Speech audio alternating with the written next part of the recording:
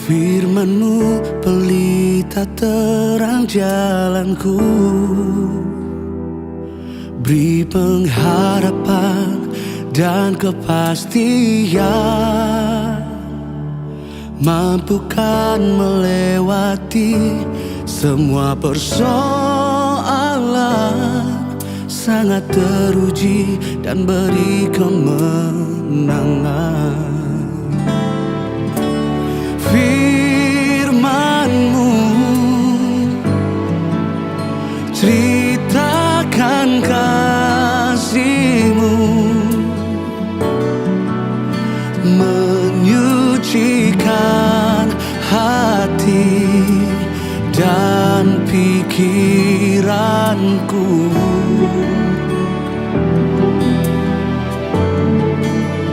Menjadikan berkah kehidupan kekal, sampai ku menjadi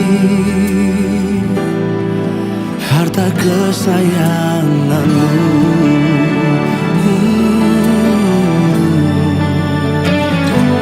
Firman-Mu pelita terang jalanku, di pengharapan dan kepastian, mampukan melewati semua persoalan, sangat teruji dan beri kemenangan.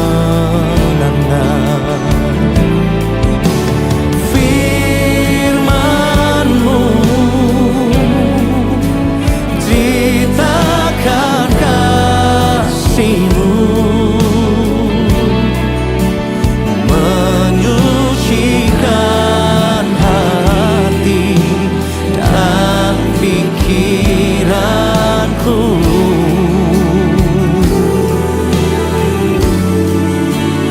menjadikan berkah kehidupan kekal, sampai ku menjadi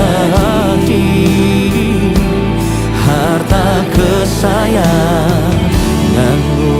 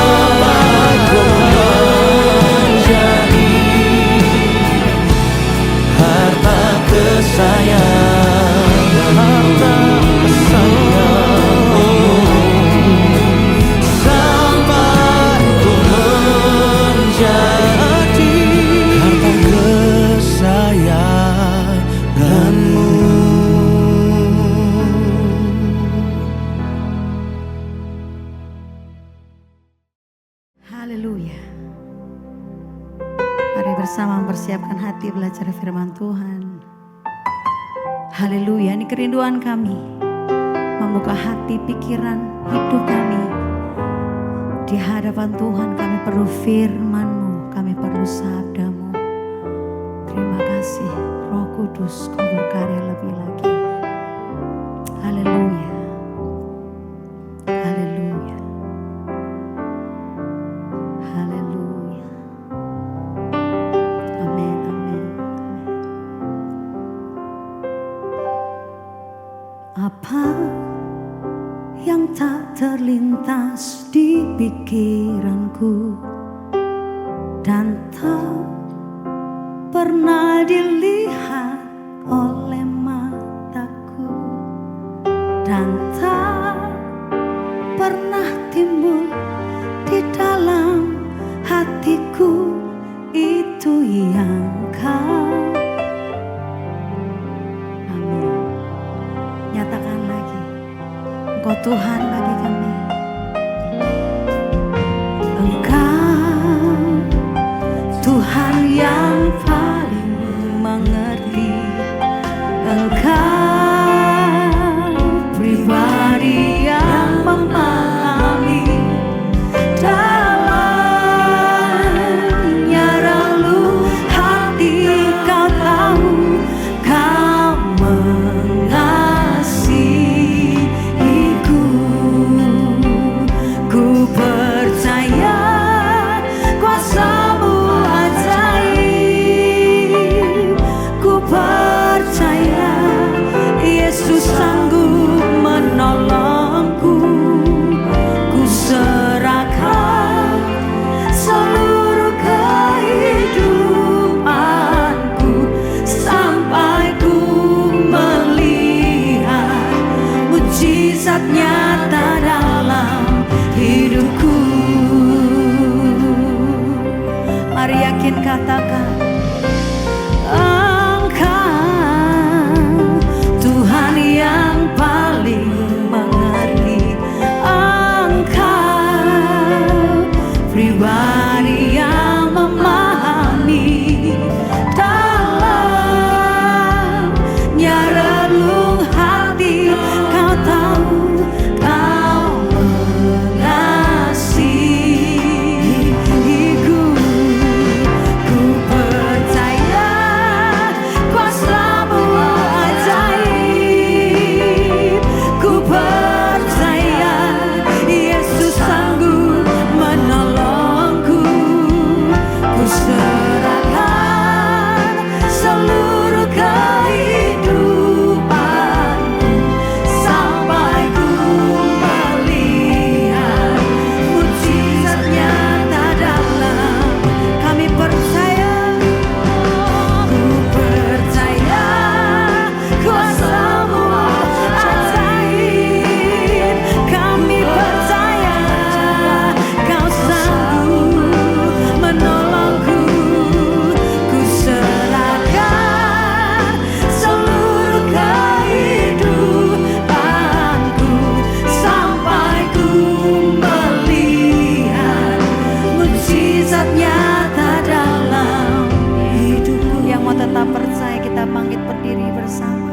Nyatakan lagi, ku percaya kuasa-Mu ajaib. Kami percaya, ku percaya Yesus penolong yang sejati. Kau sanggup menolongku. Kau serahkan seluruh kehidupanku sampai ku melihat mujizat nyata dalam hidupku. Mari serukan lagi, kami percaya. Ku percaya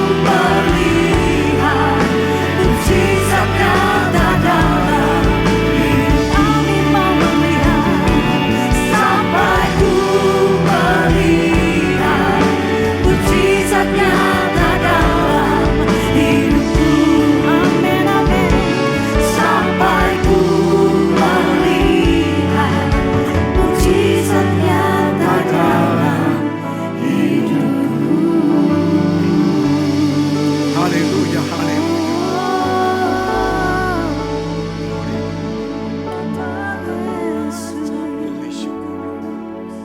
Kau urapi setiap kami yang ada di tempat ini. Buat kami duduk diam seperti Maria, yang memberikan hatinya kepada Tuhan, yang mendengarkan firman Allah. Itulah bagian yang terbaik Tuhan. Buat hati kami rindu dan haus akan firman-Mu. Biar hati kami Tuhan hanya diisi oleh firman-Mu. Dan setiap hari disucikan oleh firman-Mu.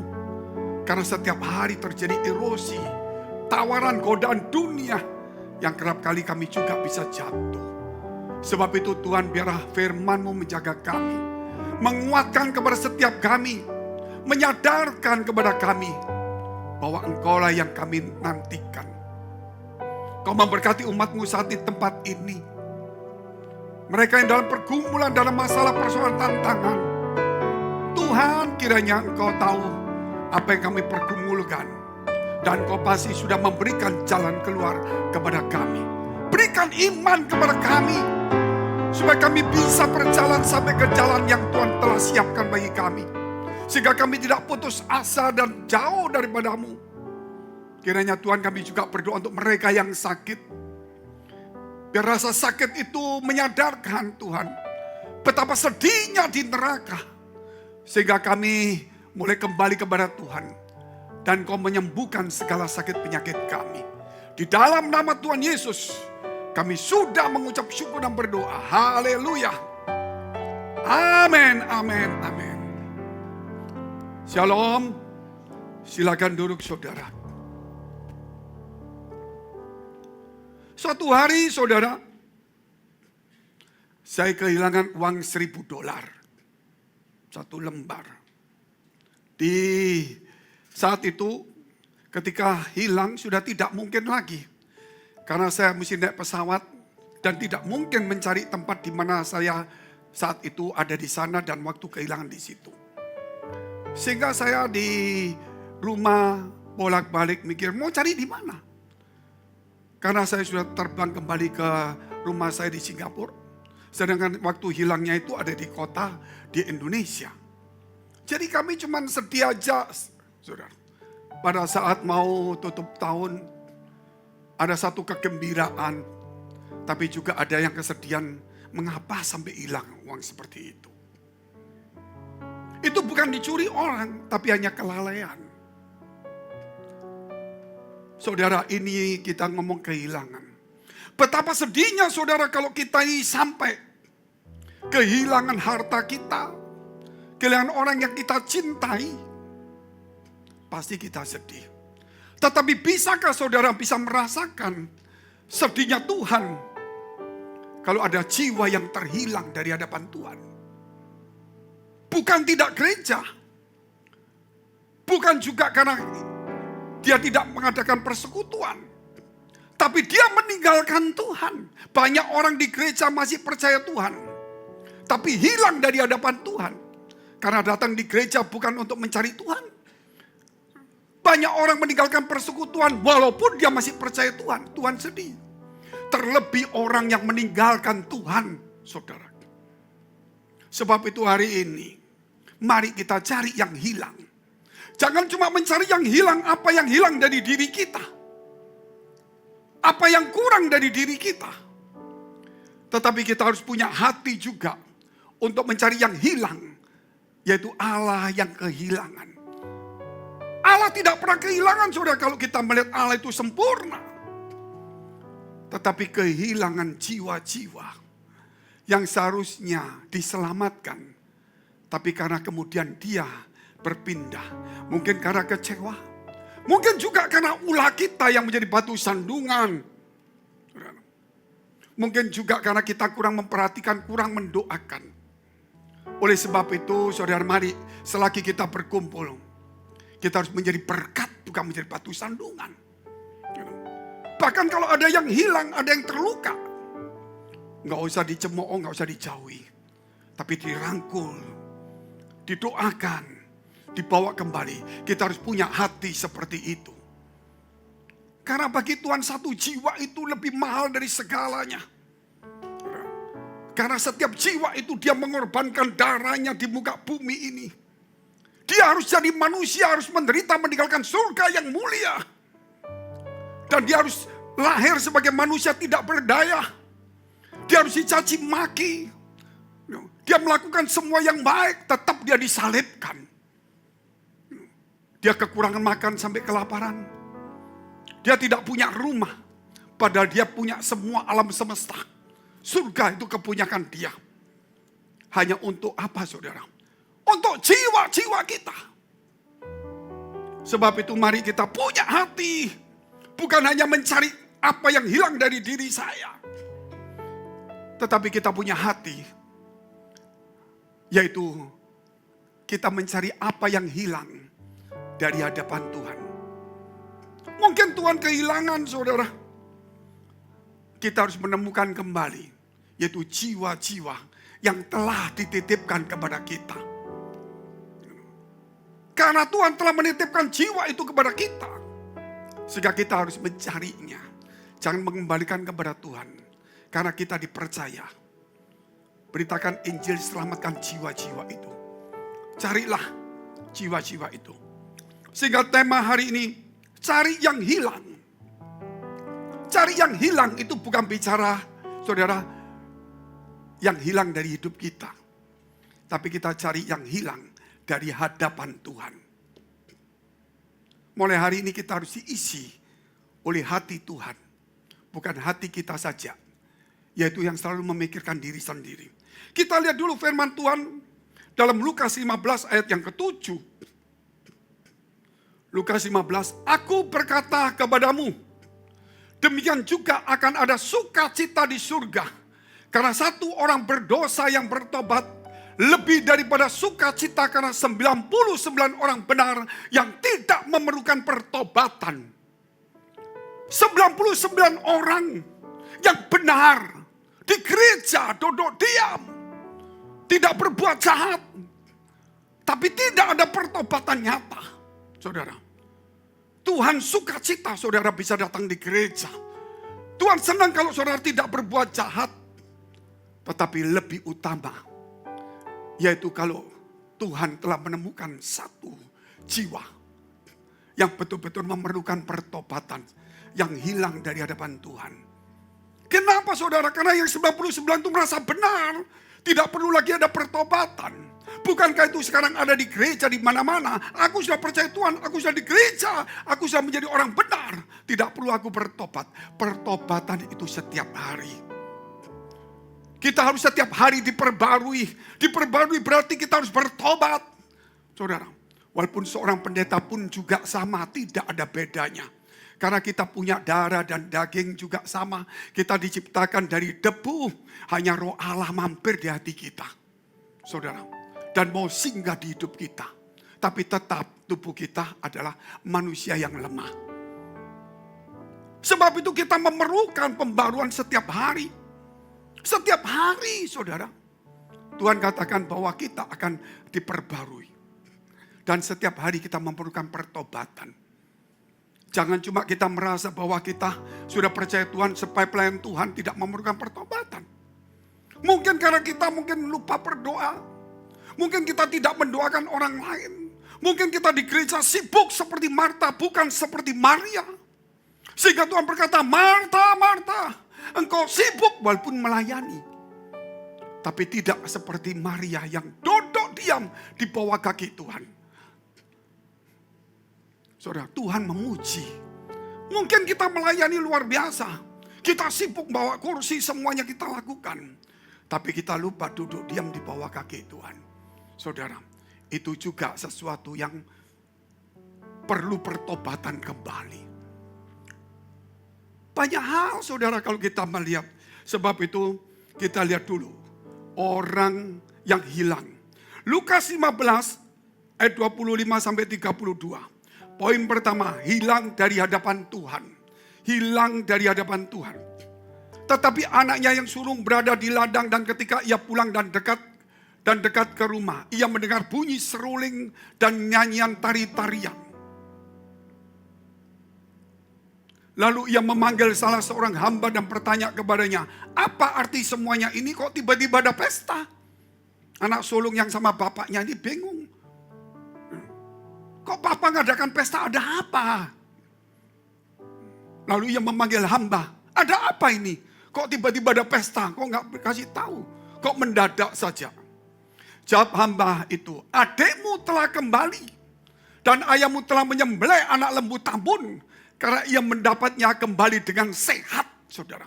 Maka Tuhan Bapak itu mengadakan pesta yang besar, bukan karena anak sulung itu bersama dengan dia, tetapi dia mengadakan pesta yang besar karena anak bungsu yang hilang, saudara, itu kembali datang. Sebab hari ini mungkin kita yang sulung-sulung, kita melayani di gereja, tapi kita tidak pernah mencari adik kita. Kita tidak mencari jiwa yang hilang. Cuma kita memikirkan, aku melayani Tuhan, aku datang di gereja. Ya oke lah, gak salah itu. Tapi ketika satu jiwa hilang, Tuhan mengadakan satu pesta. Sayangnya, pesta itu diadakan karena adiknya dipanggil Tuhan atau adiknya datang sendiri kepada Tuhan. Bukan karena kita yang membawa datang kepada Tuhan. Sehingga pesta itu bukan untuk kita. Saudara, tapi pesta itu diadakan karena anak yang hilang telah kembali. Adakan pesta dari Bapak kita. Dan kita ada di dalamnya. Karena kita membawa jiwa yang hilang datang ke gereja Tuhan. Katakan amin dulu saudara. Oleh karena itu kita terus ayat yang kita baca. Maka marahlah anak sulung itu dan ia tidak mau masuk. Lalu ayahnya keluar dan berbicara dengan dia. Tetapi ia menjawab ayahnya, katanya, telah bertahun-tahun aku melayani Bapak dan belum pernah aku melanggar perintah Bapak. Itu mungkin kita, ahli Taurat orang Farisi. Tetapi kepadaku belum pernah Bapak memberikan seekor anak kambing untuk bersukacita dengan sahabat-sahabatku. Tetapi baru saja anak Bapak yang telah memboroskan harta kekayaan Bapak bersama-sama dengan pelacur-pelacur. Maka Bapak menyembelih anak lembu tambun itu untuk dia. Kata ayahnya kepadanya, anakku, engkau selalu bersama-sama dengan aku. Dan segala kepunyaan adalah kepunyakanmu. Kita patut bersukacita dan bergembira. Karena adikmu telah mati dan menjadi hidup kembali. Ia telah hilang dan didapat kembali. Ini kisah anak bungsu yang hilang. Yang meminta warisan dari papanya sebelum papanya mati. Maka diberikanlah warisan itu. Dan kemudian dia mulai berpesta pora, berfoya-foya. Akhirnya kehabisan uang, ditinggal teman-temannya. Ia menjadi melarat dan kemudian kerja di kandang babi, makan ampas babi. Kemudian dia sadar bahwa kalau di papanya pegawai pun tidak ada yang makan ampas itu. Maka dia berpulang kembali. Walaupun tidak dianggap sebagai anak, enggak apa-apa. Yang penting aku kembali. Inisiatifnya dia kembali. Karena saudara disadarkan oleh keadaannya. Dan kemudian waktu dia berjalan, papanya melihat dari jauh dan berlari menyambut dia. Maka mengadakan satu pesta yang mendadak. Dikasihlah cincin, dikasihlah sepatu baru, pakaian yang baru. Diadakan lembu dipotong, dia berpesta. Maka anak yang sulung datang berkata, ada apa ini? Kok tiba-tiba pesta, ada apa? Adikmu itu telah kembali. Protes dia. Tidak ada sukacita. Kenapa aku selama hidup sama papa tidak dipestakan? Gitu loh. Kenapa ini satu adiknya sama pelacur nghabiskan papa, bikin susah papa, minta harta terus. Begitu pulang dipestakan. Saudara, kenapa sulung tidak bisa menerima? Seharusnya sulung sukacita. Dan diadakan pesta itu untuk sulung. Karena sulung telah menemukan adiknya. Katakan amin dulu saudara. Persoalannya yang sulung itu tidak pernah menemukan adiknya. Dia tidak pernah berbicara apa yang hilang di hadapan bapaknya. Kita juga di gereja sama. Yang penting aku di gereja diberkati. Gitu loh. Yang hilang sudahlah. Hari ini mungkin kita adalah orang-orang yang sulung itu. Mungkin kita sama-sama Tuhan terus bersama-sama kita dipelihara, diberkati. Tapi sementara ada orang yang bejat datang di gereja, kemudian Tuhan pakai dia diberkati, kemudian dandani. Kita mulai protes ini, kenapa Tuhan dia diberkati? Kenapa dia ini orang yang baru bertobat, bisa hidupnya diperhatikan oleh Tuhan, aku kok tidak? Pertanyaannya, siapakah yang membawa jiwa itu datang kepada Tuhan? Jikalau kita yang membawa jiwa itu datang kepada Tuhan, maka pesta itu bukan untuk anak yang hilang saja. Tapi pesta itu diberikan juga kepada kita. Karena kita telah menemukan anak yang hilang. Mungkin Bapak itu berkata, adakan pesta yang besar. Loh kenapa? Yang sulung telah menemukan anakku yang hilang. Amin. Bukan karena yang hilang telah kembali. Tetapi yang sulung telah menemukan, mencari yang hilang. Hari ini Tuhan mengadakan sesuatu yang besar. Karena yang hilang datang ke rumah Tuhan. Tetapi kita tidak pernah mengalami pesta itu. Karena kita tidak pernah mencari jiwa. Kita tidak pernah memikirkan jiwa-jiwa yang hilang. Kita cukup makmur di gereja, kita cukup tenang di gereja. Kita melayani merasa nyaman, saudara. Ada begitu banyak orang yang terhilang, yang tidak punya harapan. Saya berusaha untuk mencari teman-teman yang bisa waktu saya punya waktu. Yang kosong saya cari apa yang saya kenal, yang belum kenal Tuhan. Walaupun saya kehabisan waktu, saya tetap saudara. Saya mau turunkan diri saya sebagai pendeta. Saya biasa duduk dengan orang biasa. Ngomong apa yang dia suka saya ngomong. Supaya dia ada hubungan dengan kita. Supaya kita bawa datang ke gereja. Saya tidak mungkin datang kepada orang berdosa dengan bahasa rohani. Hei kamu orang berdosa, kembali bertobat, gak mungkin. Itu hanya kepada kita-kita yang sudah ngerti pertobatan, tapi tidak bertobat sungguh-sungguh. Tetapi ketika orang berdosa datang, kita gak ngomong begitu. Kita ngomong, apa kabar kamu? Baik-baik, apa kerjaanmu? Wah saya foya-foya, oh foya-foya. Oh begitu ya, iya. Ayo Pak ikut. Oh enggak, aku sudah enggak. Karena aku sekarang ya mau hidup-hidup, ya pelihara hiduplah. Akhirnya terjadi dialog. Dan kita bawa dia kepada Tuhan. Maka Tuhan mengadakan satu pesta. Pesta yang besar diadakan. Karena yang sulung telah mencari jiwa yang hilang. Katakan amin dulu. Maukah saudara hari ini pesta diadakan bukan karena anak yang hilang telah kembali. Tapi kita yang telah menemukan mereka yang hilang. Mulai hari ini ayo hati kita. Jangan cuma kita memikirkan kita ada di gereja. Tapi kita juga memikirkan Bapak kita telah banyak kehilangan orang-orang. Kita bawa dia datang kepada Tuhan. Hilang itu ada macam-macam saudara. Mungkin dia tidak gereja tapi percaya Tuhan. Mungkin dia di gereja tapi meninggalkan persekutuan. Tapi yang lebih berat lagi dia telah meninggalkan Tuhan. Kita mesti cari orang-orang seperti itu. Kalau mereka tidak ada di persekutuan, kita datang. Kenapa nggak datang? Wah, aku sibuk. Oh ya, sibuk kita doakan ya. Datang lagi, nggak ada lagi. Kita perhatikan. Mungkin dia punya kesulitan, kita doakan. Akhirnya datang di persekutuan. Mungkin dia masih di gereja tapi persekutuan nggak ikut. Mungkin dia ke gereja, saudara. Tapi mungkin dia sudah tidak ada hubungan dengan Tuhan. Kalau boleh kamu di gereja, jangan cuma rutinitas. Belajar mencari jiwa. Amin. Supaya bukan cuma kita duduk diam di gereja saja. Itu baik. Tapi kita tidak pernah merasakan pesta besar untuk kita. Mungkin pesta itu pernah ada ketika kita hilang dan kita datang kepada Tuhan. Kita dipestakan Tuhan. Tapi kita tidak pernah dipestakan sebagai orang yang telah menemukan yang hilang. Sebab itu mari saudara, ada satu pesta yang Tuhan akan berikan kepada kita. Bukan secara duniawi. Karena kita telah menemukan orang-orang yang hilang kembali kepada Tuhan. Kita lihat hal yang kedua. Yaitu lupa jadi berkat. Yang sulung kerja. untuk papanya, pulang ketemu papanya. Dia kerja lagi pulang untuk ketemu papanya. Dia diberkati di situ. Tapi dia lupa, saudara, menjadi berkat. Dia cukup puas. Mungkin dia pikir sudah, adikku gak di sini, gak ada saingan. Mungkin begitu, saudara. Itu duniawinya.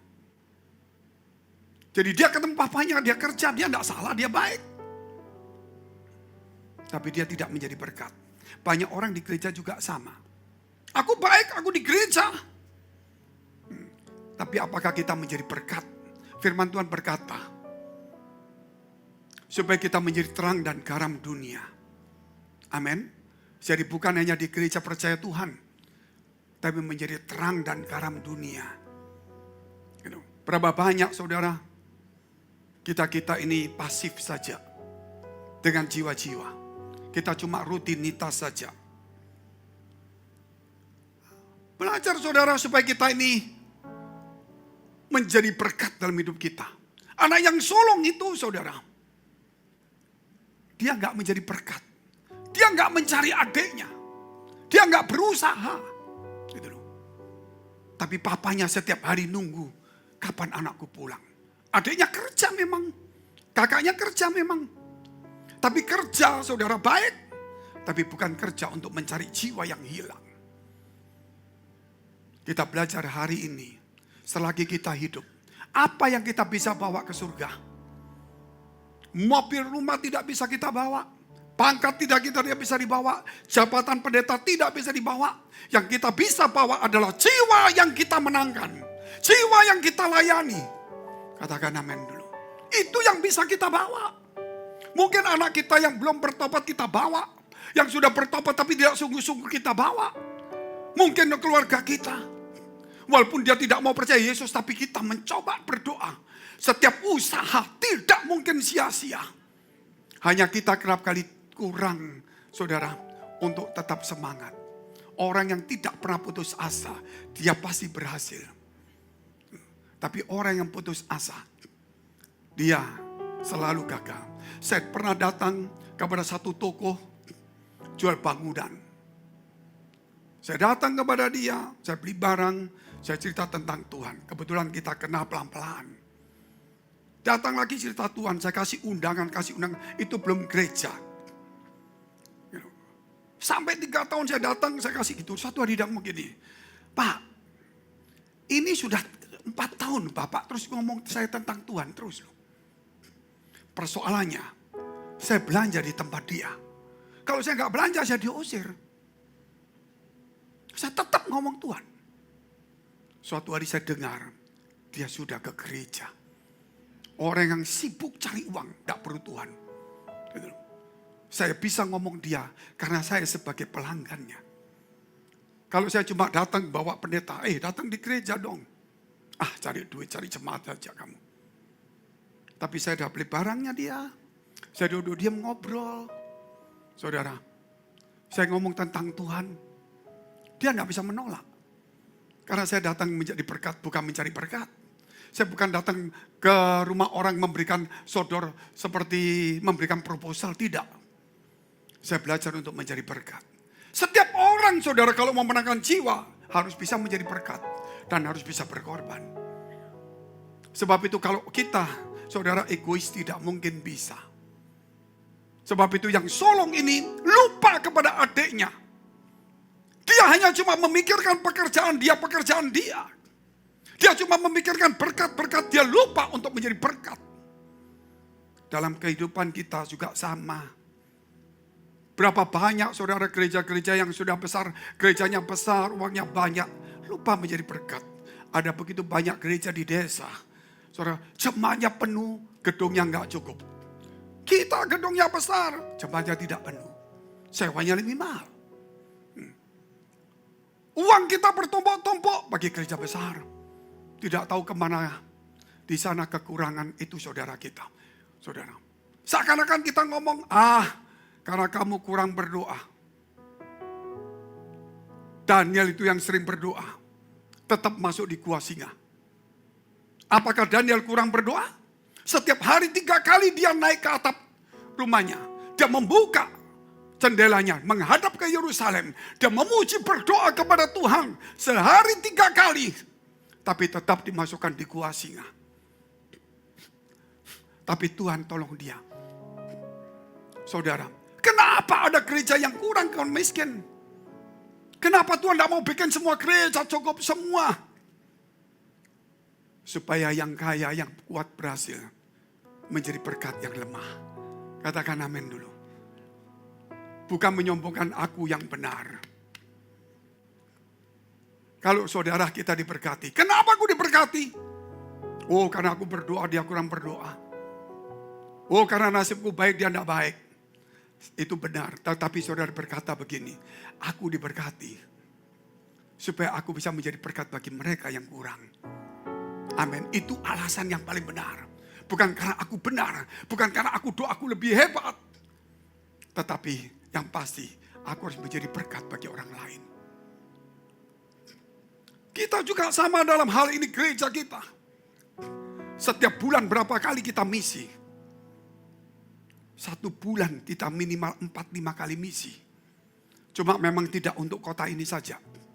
Kita kan ada berapa puluh gereja. Selalu ada misi kemana-mana setiap bulan. Padahal saudara tahu, kita bukan gereja yang penuh sesak. Bukan gereja yang kelebihan duit. Tetapi kita tahu bahwa kita masih bisa menolong yang lebih susah dari kita. Kenapa saya katakan lebih susah dari kita? Karena kita juga belum tentu senang, saudara. Kita juga susah. Nah, kalau kita susah, mikir kita terus. Tapi kita melihat orang yang lebih susah, kita bisa menjadi berkat. Suatu hari, saudara, saya bawa banyak orang-orang datang. Ya, teman-teman saya, beberapa termasuk ibu-ibu yang kaya waktu itu sudah sebelum buka gereja. Saya bawa mereka, saudara. Ada yang sedih, usahanya lagi sepi. Ada yang sedih, anaknya nggak lulus, saudara. Mungkin ada yang mobilnya banyak, suaminya sering ke night club gitu. Sedih. Saya bawa ke satu tempat. Begitu dia melihat satu orang, semua keluar air mata diam. Ada satu anak muda yang ganteng. Setiap kali saya dulu khotbah di gereja saya, mertua saya dulu, di pinggir jalan, gereja kuno itu, anak muda ini sering jalan di muka pintu gereja. Dan sering nyapa saya dan saya panggil, kapan ke gereja gitu. Anak muda, ya baik apa, saya layani juga. Masih muda belum menikah. Naik sepeda motor karena dia punya tambak. Naik sepeda motor, ngantuk. Dia menabrak dump truck. Bukan dia ditabrak, dia nabrak. Saking kencengnya sepeda motor, dia tabrak.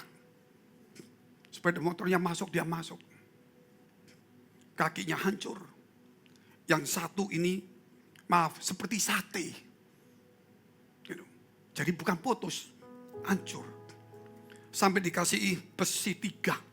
Supaya jangan itu. Terus digantung terus kakinya. Perutnya sebagian dibuang. Matanya satu dicopot. Tangannya satu hilang. Dan dia tidak bisa goyang. Tidur di tempat kasur yang berair. Dia digantung terus ini. Matanya hilang. Kakinya gitu. Akhirnya beberapa teman saya begitu lihat. Nangis dia. Nangis. Besok mereka menjadi kuat. Mereka tidak bersukut-sukut lagi. Mereka tidak datang pada saya, Pak Fengki, kenapa suami saya begini? Pak Fengki, kenapa anak saya begini? Pak Fengki, tolong doakan. Tidak. Dia malah berkata, kapan kita pergi ke tempat itu lagi? Kapan kita pergi orang yang susah? Kenapa saudara? Mereka ini susah. Tapi melihat orang yang lebih susah, mereka bisa menjadi berkat. Katakan amin dulu. Apakah di tempat ini tidak ada yang susah? Saya yakin semua 99,9% susah semua. Walaupun punya rumah 5, punya mobil 10, punya pabrik 3, tetap ada susah. Tapi kalau kita melihat susahnya, kita nggak akan pernah jadi berkat. Saya susah Pak, ada yang lebih susah dari kita. Saya susah Pak, mau melayani orang yang senang, nggak mungkin. Saya susah Pak, melayani orang yang biasa, nggak mungkin. Saya nggak mungkin jadi berkat Pak bagi orang. Iya, karena kamu cari orang yang lebih hebat dari kamu. Coba kalau kita mencari orang yang lebih susah dari kita. Teman saya datang kepada saya. Ini saya nginjilin satu orang pemuda. Dia datang terus. Tukar cek macam-macam, saudara. Itu saya belum ke gereja. Saya layani dia. Suatu hari saya ngomong, kamu itu bersyukur punya toko. Sepi itu mengucap syukur supaya rame. Dia ngomong sama saya gini, Ko Fengki ngomong mudah. Coba kalau kamu seperti saya. Rekening saya ini gak cukup saldonya. Pas-pasan. Oh gitu, ya. Coba ke Pak Fengki gitu. Saya gak banyak. Kamu di bank mana? Di bank situ, saya kenal manajernya. Saya telepon, halo? Pak? Iya. Pak Fengki, iya. Saya mau datang. Mau nyetor Pak? Enggak, sebentar saya datang ke situ. Saya datang ke situ sama orang ini, saya duduk diam. Mana rekening saya? Dia tunjukkan rekening saya. Kamu lihat rekeningmu. Dia lihat. Rekening saya merah, overdraft. Kalau yang nggak ngerti overdraft, saudara, jangan sampai overdraft gitu aja sudah. Apa itu overdraft? Pokoknya jangan mau itulah. Itu hutang zaman dulu 250 juta. 250 juta itu sudah habis. Bayar bunganya ditambah mungkin 10 juta. Masih overdraft 25 juta. 35 juta harus bayar dalam 3 hari. Saya datang ke tempat itu, dipikir manajer banknya mau nutupin. Jadi saya ke situ saya tunjukkan. Manajer banknya, iya Pak, ini sudah hampir 3 hari Pak. Saya lihat teman saya gitu, langsung dia lihat rekeningnya dia. Dia lihat saya. Kamu lebih susah dari aku ya. Langsung dia diam saja. Saya katakan, kamu tahu, saya ngelayani kamu bukan karena saya kelebihan. Walaupun saya lebih susah, tapi saya punya iman, punya Tuhan. Kamu susah, nggak punya Tuhan. Makanya kamu sedih. Tolong kenalkan Tuhanmu. Saya bawa ke gereja, saudara. Hari ini kau susah. Kalau engkau mikir dirimu sendiri. Ya, aku lebih susah dari dia, Pak. Kamu punya pengharapan enggak? Kita punya iman enggak? Kalau kita punya iman, punya pengharapan. Susahmu walaupun segini, jadi segini. Orang yang susahnya segini. Enggak punya Tuhan, enggak punya pengharapan, jadi segini. Jadi jangan ukur kesusahan kita dengan orang lain. Kita harus mengukur, saudara, iman kita kepada Tuhan. Katakan amin dulu. Kalau kita mengukur kesusahan, kita hidup dalam kesusahan terus. Tetapi kalau kita mengukur dengan Tuhan itu beda. Daud mencoba menghitung pasukannya, tentaranya, rakyatnya. Disuruh hitung semua jumlahnya. Ketika dihitung, kejutlah hatinya. Karena jumlah pasukan dan jumlah orang tidak banyak. Musuh sekelilingnya jumlahnya lebih banyak. Saat itu dia kejut hatinya. Maka di situ Tuhan marah kepada dia. Dihukumlah dia. Akhirnya ditawarkan hukumannya apa? Kenapa menghitung kok salah? Karena ketika engkau menghitung kekuatanmu dan engkau melihat kelemahanmu, kesusahanmu, engkau tidak melihat pertolongan Tuhan yang lebih gede. Di situ hatimu menjadi tawar. Bukan berarti besok kalau gitu aku utang banyak, gak usah dilihat Pak. Lihat salib aja, kapan bayarnya? Artinya saudara, lihat utang boleh. Gitu. Supaya kita bisa bayar, kita doakan. Tetapi ukuran engkau dengan hutang itu, jangan lebih panjang dengan ukuran engkau dengan Tuhan. Katakan amin dulu. Ukuranmu dengan Tuhan. Saudara, itu engkau harus melihat Tuhan lebih besar dari semua persoalan kita. Itulah iman yang harus kita miliki hari ini. Ini satu contoh-contoh. Kenapa kita menjadi kuat? Bukan karena kita tidak susah. Bukan karena kita tidak punya problem. Saya ngomong sama teman-teman, Pak Fengki kok tenang-tenang aja. Sabar, tenang. Oh ya? Kamu pengusaha? Iya. Susah? Iya. Jangan rame-rame ya. Tunjukkan WA. Apa ini? Ngeri saudara. Kamu punya susah, saya juga punya susah. Hanya tergantung iman kita seberapa besarnya. Kalau iman kita dibawa kesusahan kita, seumur hidup kita dipenjara dengan kesusahan kita. Gak ada orang di dunia ini yang hidupnya gak susah. Tetapi ketika imanmu lebih besar dari persoalanmu, susah itu bukan menjadi satu halangan. Amin. Makanya saya lihat saudara-saudara di tempat ini perlu belajar firman Allah. Bukan mencari jalan keluar supaya diberkati Tuhan. Tapi bagaimana kita menjadi berkat. Bukan ketika diberkati menjadi berkat. Sehari ini pun kita bisa menjadi berkat. Katakan amin dulu. Pak, saya tidak ada kerjaan pak. Utangmu berapa? Saya nggak ada utang di bank. Utang pinjol nggak ada. Untung. Utang pinjol setengah mati kamu. Terus ya makan biasa saja pak. Nggak seperti orang itu pak. Saya ini susah. Kamu tahu orang itu? Iya punya mobil, punya rumah enak pak. Oh iya, iya. Kamu tahu mobilnya itu? Kredit. Bisa bayar pak. Rumah itu kredit. Oh iya bisa pak.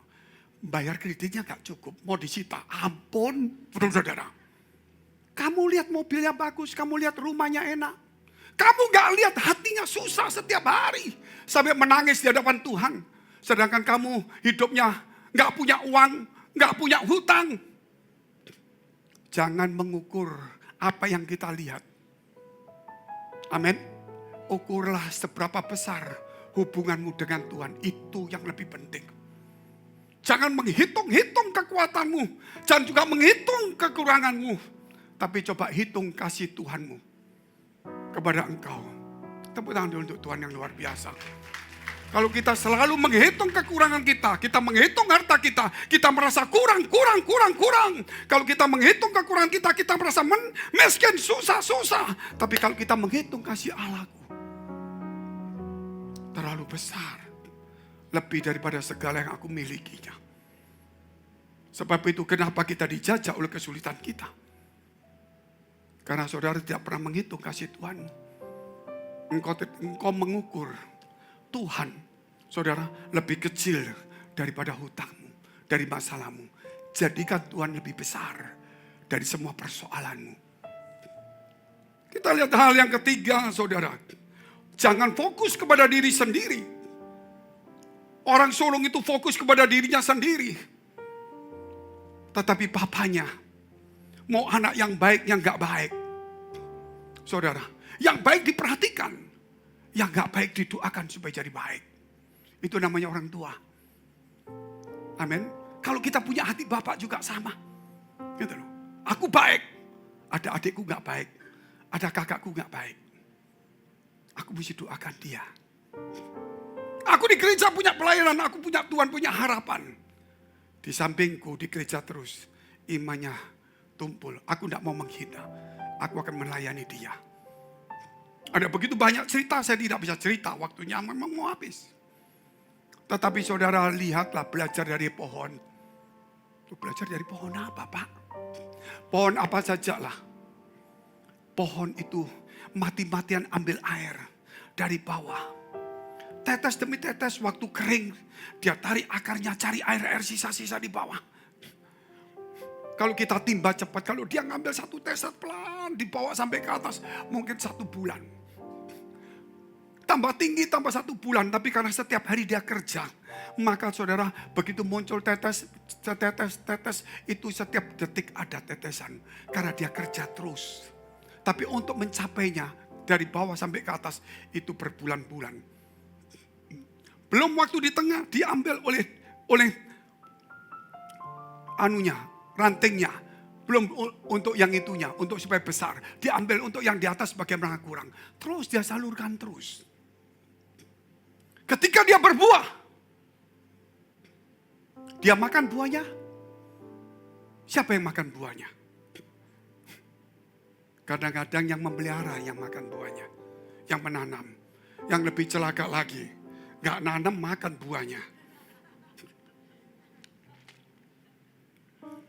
Kita belajar dari pohon itu, saudara. Gitu loh. Tuhan memberkati kehidupan saya. Gitu loh. Jangan buah itu kita makan sendiri. Belajar dari pohon. Dia tumbuh, dia capek, dia kerja lelah. Demi kehidupan orang lain. Dia pikir yang penting aku bisa hidup. Yang penting aku bisa berbuah. Supaya orang lain jangan mati kelaparan. Bisa enggak? Yang penting aku kerja. Yang penting aku bisa punya penghasilan. Supaya keluargaku, temanku jangan sampai mati kelaparan. Yang penting aku kerja mati-matian gak masalah. Yang penting aku punya duit gak masalah. Yang penting gerejaku, yang penting Tuhanku tetap dimuliakan dalam hidupku. Mari kita bangkit berdiri, kita mau berdoa. Ambil waktu sejenak.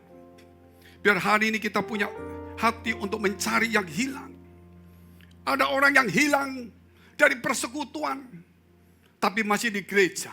Ada yang orang di gereja, tapi hilang hubungannya dengan Tuhan. Itu masih bisa diperbaiki dengan firman.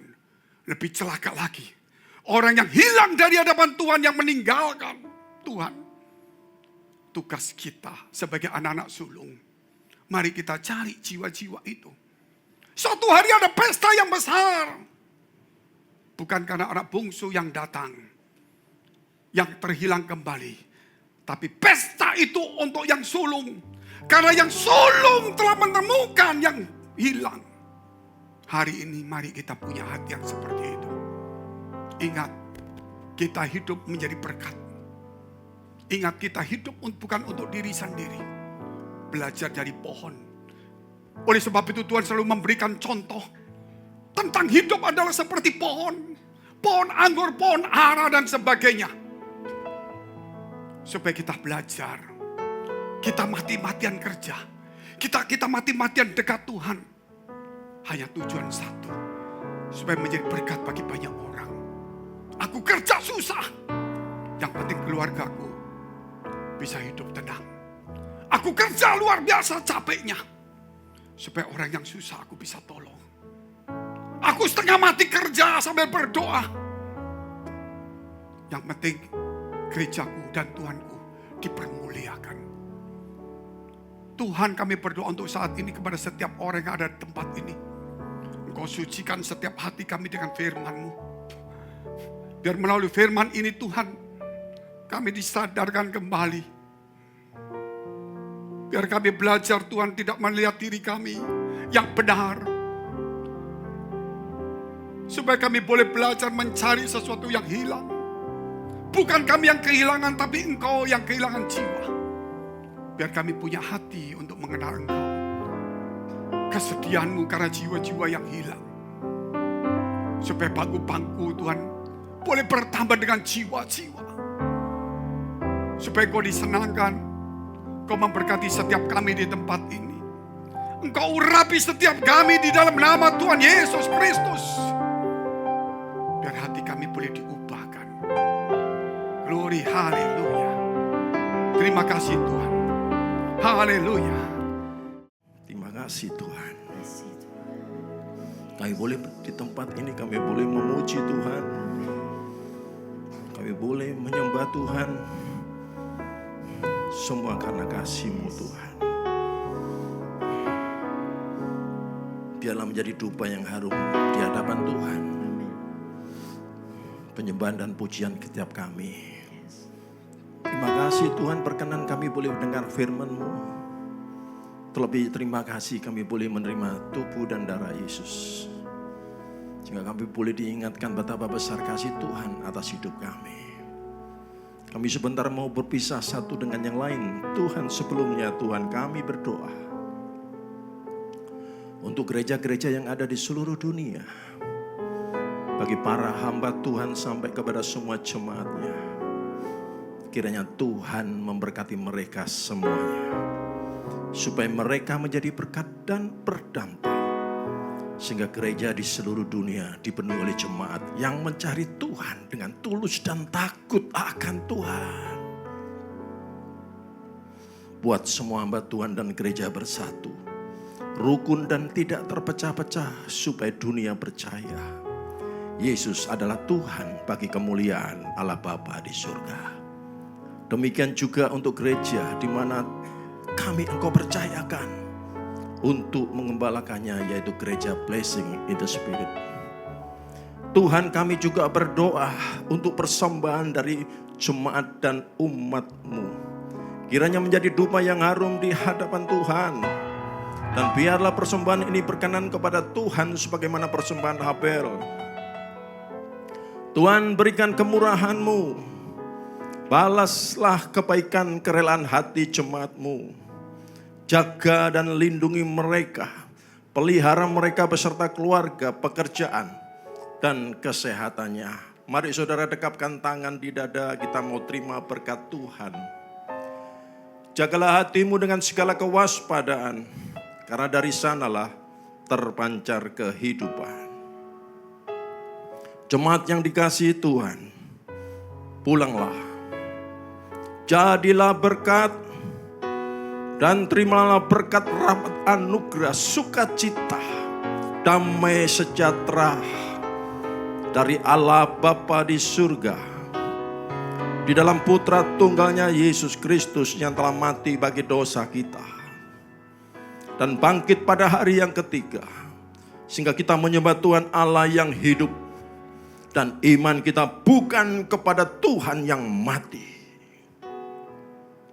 Dia naik ke surga menyediakan rumah bagi kita, sehingga kita punya pengharapan yang pasti. Dia akan datang kembali untuk kedua kalinya, menjemput gereja dan umatnya yang berjaga-jaga, kudus, dewasa, bijaksana, serta menghakimi dunia. Dan di dalam persekutuannya dengan Roh-Nya yang kudus, yang membuat hati kita berkobar-kobar, roh kita menyala-nyala di dalam kasih semula. Roh Kudus yang menghibur, menguatkan, memelihara, menginsafkan, menuntun, dan memimpin kita kepada kebenaran dan kekudusan, serta menjadi saksi Kristus mulai hari ini sampai selama-lamanya. Kita tutup dengan doa Bapa kami bersama-sama. Bapa kami yang ada di dalam surga, dikuduskanlah nama-Mu, datanglah kerajaan-Mu, jadilah kehendak-Mu di bumi seperti di surga. Berikanlah kami pada hari ini makanan kami yang secukupnya, dan ampunilah kami akan kesalahan kami, seperti kami juga mengampuni orang yang bersalah kepada kami. Dan janganlah membawa kami ke dalam pencobaan, tapi lepaskanlah kami daripada yang jahat. Karena Engkau-lah yang empunya kerajaan, dan kuasa, dan kemuliaan, sampai selama-lamanya. Sama-sama berkata, amin. Selamat hari Minggu, Tuhan Yesus memberkati. Firman-Mu ceritakan kasih-Mu, menyucikan hati dan pikiranku.